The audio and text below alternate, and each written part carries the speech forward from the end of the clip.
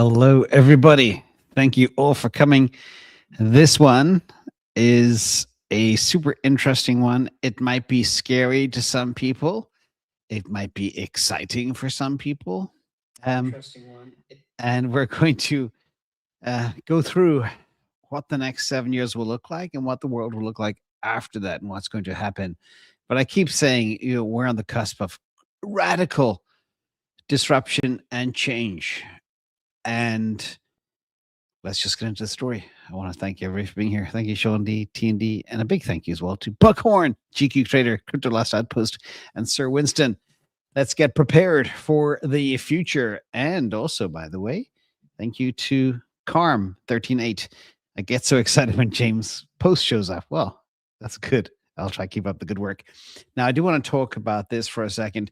The inspiration for this video comes from a video from Peter Diamandis where he interviewed Elon Musk for nearly 3 hours. And we also had Dave as well. Dave's super smart guy. I wish actually Peter let him speak a little bit more. But anyway, what they had to say was quite revolutionary. And I'm going to break it all down. And this is going to, my disclaimer today, because I just realized I said the next 7 years. This is nothing like 7 years in Tibet, but it could be aspects of it. So let's get into it. First of all, I'm going to walk through the 13 most profound points that I got from this video. 13 of them that I believe we all need to be aware of. And this interview was so amazing. And there's so much in it. You actually have to listen to it twice to pull everything out. So these are the points that I think are very important. And again, it'll help you all prepare for the future, which will be very exciting, I think. And by the way, let me know if anything is not working. What is that Alex C saying?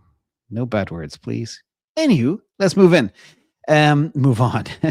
This is, first of all, the end of scarcity is point number one. And Elon said that AI and robotics will eventually saturate all human desire, creating an abundance. We've heard him talk about the absolute abundance of goods and services beyond current imagination. Literally everybody will have everything. And that goes from cutting up the pie in the economy and letting the rich take most to an infinite pie reality. Now, I don't quite buy into all of this.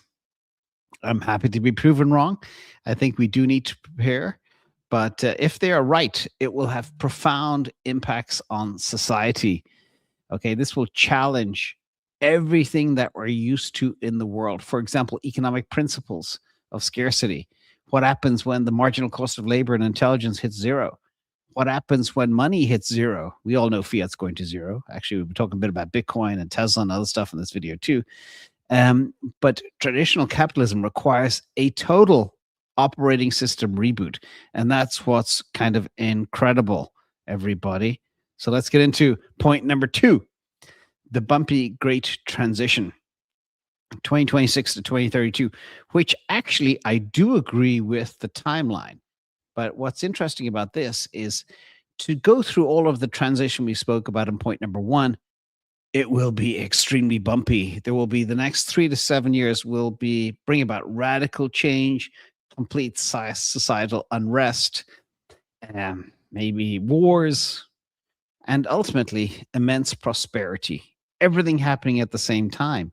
And how is this even possible? Well, I'm not sure, but I do believe the next 7 years out to 2032, before all of the change actually is in place, where old systems will break, it'll take time for the new systems to be fully built. And this is a problem. And in the late, say, 2026, starting this year and onwards, it will be the most volatile period in human history. And this will require a lot of resilience, a lot of preparation. And one of the reasons I make videos every day. So let's get ready for that bumpy transition. It will not be a smooth ride. Now, also number three, the key thing that they said, I've been talking about this a lot too, the AI explosion. Forecast is from Elon Musk that AGI could arrive in 2026. Last year, he allocated a 10% chance to that, and today he sounded even more bullish. But by 2030, AI will exceed all the collective intelligence of all humans on the planet. But the key part here is it will be self-improving by 10x every year. So imagine we get to all of the knowledge on the planet and then 10xing that every single year. Again, the world has never seen anything like this before. To many, it'll be very terrifying. To some, it'll be exciting. I don't know which side you're on. Actually, to K8, if you're listening, do a quick survey of, is this exciting to you, or is this terrifying to you, or does it not matter either way? I think that'd be super interesting as well. And Sir Jeffrey, yes, dear God help us. It's going to get a lot worse, but there's also a lot of silver linings too. So be careful. The other thing is human biological intelligence is the floor, not the ceiling. AI will be the ceiling. And this is also what some people call the singularity event, especially when AI learns by itself. We're moving from being the smartest species on the planet to being the architects of something far more capable than us as meat sandwiches. Again, it's fascinating to think about. Fascinating. Now, number 4, getting into the interesting stuff here. Not that it's not all interesting, but the new currency will be energy. Everybody, energy. Wattage will replace fiat. As we say, fiat is going to zero, but the shift, wealth will no longer be printed like our central banks printing our money. The energy will be coming probably from the sun or whatever other source. By the way, they did talk about solar as well and how China has a tremendous lead. And in order for the US to compete in the future, and same with Europe and same with Latin America and everybody else, we need to figure out a way to harness energy. Again, think of the money printer being energy, and the easiest way to get energy is solar. Okay, that is the massive shift as well. We need to figure out better ways to harvest that energy for the sun, because that will drive wealth. And that will also impact geopolitics as well. You know, those big shift from those controlling oil and gas to those controlling the capture of solar, for example. And that's why you see the Middle East now pivoting hard into AI and data centers and energy and maybe Bitcoin and other assets. By the way, it's not lost on me, the link between Bitcoin and Bitcoin mining. That is the new currency. Bitcoin, the currency driven by energy, protected by energy. So it's super interesting how everything connects together. Also, number 5, data centers move to space. I've made a bunch of videos on this already, but they spoke about that again. Data centers have to go to space, and Starship will be the vehicle to take all of that tonnage into space, which will enable ultimately 100 gigawatts of AI satellites in orbit. They already have 10,000 satellites in orbit for Starlink, but these next breed of satellites will be 24/7 of solar power, and they'll have natural cooling, free energy, free real estate, etc., etc. This will have a huge impact on humanity, and it'll help humanity, civilization, become a space-faring group by moving our most intensive industries, which is knowledge, data, computer, whatever you want to call it, into space, into the void. Fascinating stuff. And by the way, it's not just Elon Musk doing this. You got the Jeff Bezoses of the world and Googles of the world. Everybody knows they have to go to space.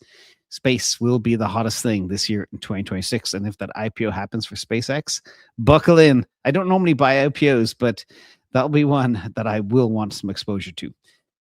Next, a little bit of darkness re-entering the picture here. Point number 6, the demonetization of labor and white collar collapse. I know it sounds very ominous. Remember, this is inspired by the video I saw yesterday with the interview with Elon Musk. Their forecast, again, these are experts, 50% of white collar jobs will be replaced. The time frame was stunning. I won't repeat it so as not to alarm people. And companies that do not embrace AI will perish, and labor will be decoupled from income. This is the piece that really got to me, is the value of knowledge work crashes towards zero. And this means we need that universal basic income, or as Elon refers to, universal high income, as a peacekeeping measure rather than a social welfare program. If people don't have income and they don't have jobs and don't have a challenge, enter the dystopian unrest piece of what I'm afraid of that could happen. But this is very, very profound. Again, these people know what's coming, and yeah, also scary. And an example of that, you may not believe it, but this guy, James Lemkin, he has a software company called SaaStr, and they replaced 20 salespeople with AI agents, and they achieved the same revenue with 1.2 humans instead of 20. And a lot of other companies are moving towards AI as well. For example, there's a publisher called HarperCollins, I think, and they are translating all of their romance novels to languages all over the world, and they've essentially eliminated human translators. Stunning the pace at which this is happening. Now, good news, again, I did tell you, there's a lot of silver linings too. Cybertruck Crypto, thank you for coming. Number 7, they believe within 3 to 5 years, everybody will get better healthcare than the US president. And Optimus robots will outnumber human surgeons, and they will outperform the ability of human surgeons. And healthcare will move from a scarce, expensive service to ubiquitous, automated, abundant, etc. So whatever you need, you'll be able to get free and cheap. And these surgeons can do heart surgeries or repair bones around the clock at very, very low cost. And this will have a profound impact as well. This democratizes the most elite human skill sets. Again, surgeons that take, they're saying sometimes 10, 12 years. I actually have a friend, she went to school to be a neurosurgeon. She was in school for 13 years. And she didn't really start making real money till she was in her 40s. So imagine 40 years of her life to get to be a neurosurgeon. 40 years before she starts making the big bank too. But anyway, it's incredible. What happens to those people that spent 40 years to get to that stage, and all of a sudden 3 years from now, Optimus replaces them? Shocking. And by the way, people say this is impossible. Well, Neuralink uses robots to do brain implants today. So they already have neurosurgeons operating today. And they say because the threading of the whatever into the piece of the brain that they thread into is so sensitive, it needs robotic precision far beyond what a human can do. So again, it's already here. This is definitely coming and shocking. But the good news is we'll all have great healthcare and hopefully be able to replace things with far more success. So for example, if you've got a bad lower back or a bad neck or a thumb that doesn't work, etc., we'll have that.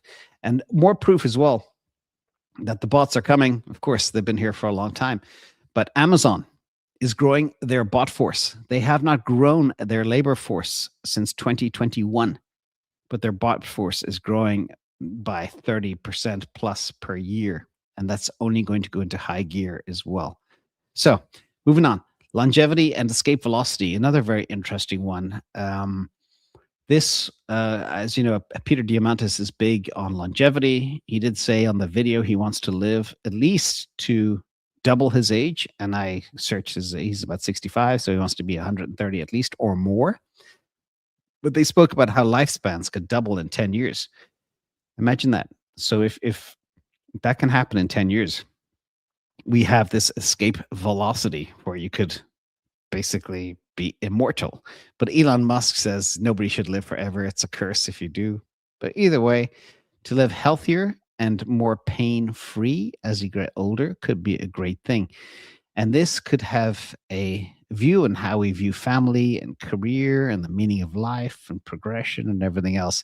But I love this little image. I had AI pulled from AI, but basically you grow up and you go gray and you lose your hair, and then all of a sudden your hair comes back and it goes black again and you're standing upright. And I think it's fascinating to watch. Anyway, were they able to do the survey? Maybe I just can't see it here. Do we have the survey? Yes, we do. Excellent. Thank you for doing that. You guys rock. I love how moderators. Okay, where are we now? The survey is so important because I will come back to that at the end. If you could text me the survey results. Now, we got to this one. This is personalized education. As you can see, I've been quite vocal against third degree education. I don't believe the syllabus, etc., is keeping up with how fast the world is moving. But this is a key forecast, number 9. AI becomes the infinitely patient, free, individualized tutor. I always say as well, people should study what fits their aptitude. And the first thing you should do is do an aptitude test, find out how your brain is wired, what you're good at, what you're strong at, and then tailor your education and tailor your career around your aptitude. But this will be great. They did say things like university will become a social club rather than a knowledge hub. And the shift will be moving from a one size fits all old syllabus from 20, 30 years ago to complete personalization. And this will also level the global playing field. A child in a remote village in Africa will have the same teacher as a billionaire's child. Think about that for a second. The whole world will become equal. And I think that's fantastic. Also, number 10, 3 pillars of AI safety. A lot of people are concerned that AI could go rogue and do damage. But this philosophy assumes that intelligence plus appreciation will lead to benevolence. It's a bet that the wise machine, if AI does get into control, will naturally choose to be a guardian rather than a conqueror. And for that to happen, Elon Musk has been big on this from the very beginning. He believes AI should be maximally truth-seeking, very curious, and appreciate a sense of beauty. If the world is beautiful, why destroy it? And this shift will move away from restrictive programming, censored stuff. I'm hearing a lot of stuff about still big social platforms and AI having an agenda and not being truth-seeking. Sometimes the truth can hurt, but sometimes the AI is trying to push an agenda, and that's really bad. But it's critical. If AI is not curious about us or doesn't appreciate us or beauty, it may view humanity as irrelevant or an obstacle. And that's where things get a little bit scary. Hopefully that won't happen. Number 11, the year of the Jetsons. I never saw the Jetsons, but I heard about the Jetsons and Googled it and stuff like that. But basically, I think it's a children's show where they forecast what the future will look like. Unfortunately, this spaceship actually has a steering wheel, which is wrong. But next year, what they said, or in 2026, I think it was 2026, the team did say they will materialize the future. Things of cybercabs, humanoid robots, flying cars. Flying cars, yes. And the future stops being a concept and starts being the daily reality on the street. And then the acceleration of that change will be absolutely off the hook. And this is a psychological tipping point where the general public realizes the world has changed forever. And if you don't believe me about the flying car stuff, this patent just launched this morning. This is a patent for the Tesla Roadster, and it's an adaptive vehicle aerodynamic downforce. They've been working in conjunction with SpaceX to do some really pretty radical things to the car. And Elon said this will be the last car, self-driving car, that will be the best self-driving car ever made, but also the last one, because everything will be autonomous after that. But they talk about the Roadster SpaceX package, and it uses a ground effect system that can either suck or blow off the road, which means it can fly. But if it sucks, it creates massive grip at 0 speed, and it's how it can go 0 to 60 in less than a second without destroying tires because of real downforce from standstill. So that's kind of what we're talking about. It's literally crazy stuff happening. People thought this was all fake and not going to happen. Well, here we are. It's happening. Now, this is another bit of the scary stuff. So I tried to balance the good and the bad, the yin and the yang. This was a piece that they described yesterday, that humans aren't the final product of the universe. They described humans as a biological bootloader, meat sandwich, to temporarily deliver system designed to hand over the keys of the planet to maybe silicon-based intelligence in the future.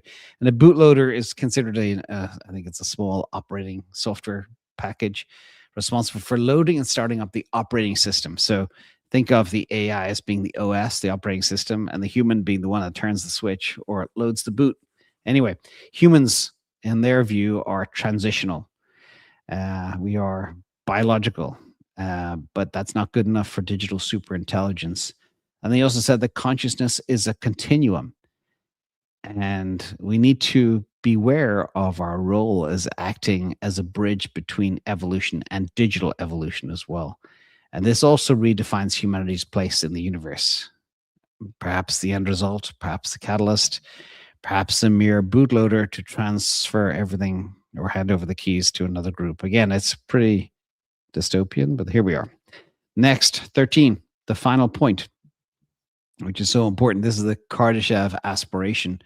And there's a lot of talk about Kardashev as well. But to be the next level of civilization, we have to harness at least 1/1,000,000th of the sun's energy via Dyson swarms or asteroid mining, etc.